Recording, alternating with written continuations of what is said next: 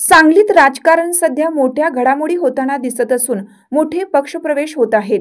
महाराष्ट्राचे माजी मुख्यमंत्री वसंतदादा पाटील यांच्या नातसून तथा माजी मंत्री दिवंगत मदन पाटील यांच्या पत्नी श्रीमती जयश्रीताई पाटील यांनी आज सोमवारी सकाळी 11 वाजता भाजपमध्ये प्रवेश करण्याचा निर्णय जाहीर केला।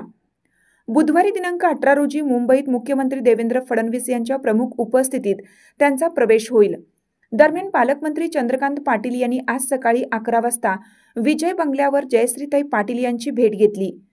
त्याआधी रविवारी रात्री उशिरापर्यंत मदनभाऊ गटाशी भाजप नेत्यांशी चर्चा सुरू होती।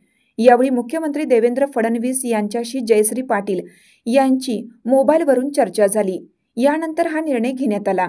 विधानसभा निवडणुकीत बंडखोरी केल्यानंतर काँग्रेसने निलंबित केलं होतं।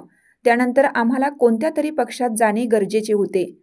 कार्यकर्त्यांची भावना राष्ट्रीय पक्षात जावे अशाच होत्या।